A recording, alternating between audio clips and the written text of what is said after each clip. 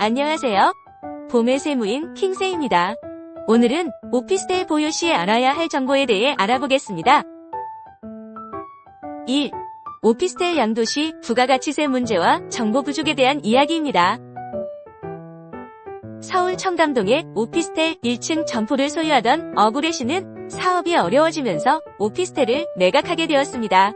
그 과정에서 예상치 못한 세금 문제에 직면하여 세무법인을 찾아와 상담을 요청했습니다. 이 사례는 오피스텔 관련 세금 정보의 중요성을 생생하게 보여주고 있는 사례입니다.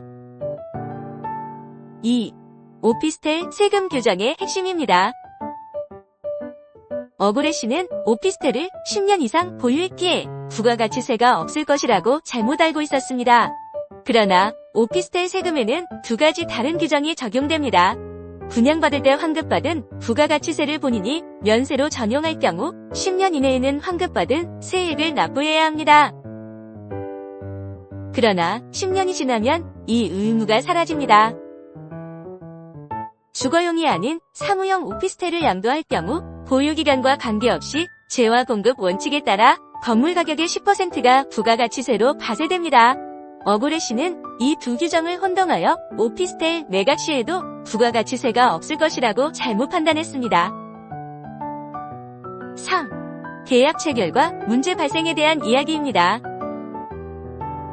어구레 씨는 이러한 정보 부족으로 계약서에 모든 세금은 파는 사람이 부담한다라고 명시했습니다.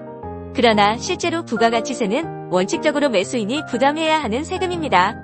세무법인과의 상담 결과 거래 금액 중 건물 가격이 약 6천만 원이라면 600만 원의 부가가치세가 발생할 수 있다는 사실을 알게 된 것입니다.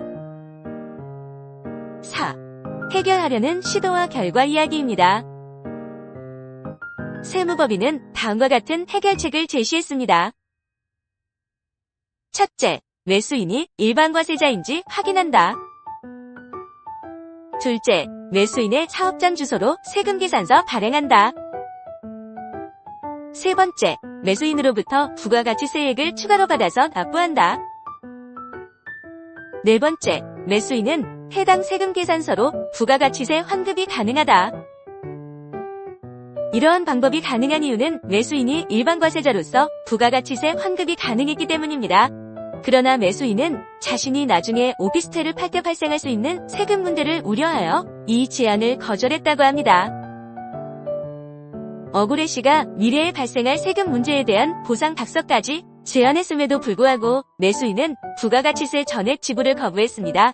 결국 어구레 씨는 500만 원의 일부만 받는 것으로 타협할 수밖에 없었습니다. 시세보다 싸게 판매했음에도 불구하고 추가적인 금전적 손실을 입게 된 것입니다. 다섯 번째, 이 사례가 시사하는 바와 교훈에 대한 이야기입니다.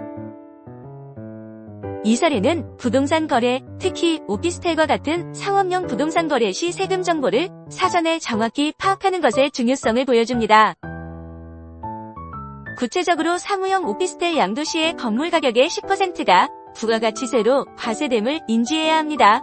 계약서 작성 전 세금 부담 주체를 명확히 하고 이를 계약서에 정확히 반영해야 합니다. 부동산 거래 시 전문가의 조언을 구하는 것이 예상치 못한 손실을 방지하는 데 도움이 됩니다. 어구레 씨의 사례는 오피스텔을 보유한 많은 사람들이 세금 정보 부족으로 겪을 수 있는 어려움을 보여주며 정확한 정보 습득의 중요성을 일깨워주는 사례라고 할 수 있습니다. 지금까지 오피스텔 보유 및 매도 시에 알아야 할 정보에 대해 알아보았습니다. 앞으로 꾸준히 개인의 소득 신고나 사업자가 알아야 할 세금 상식에 대해 유튜브에 업로드하려고 하니 구독과 좋아요를 통해 많은 응원 부탁드립니다.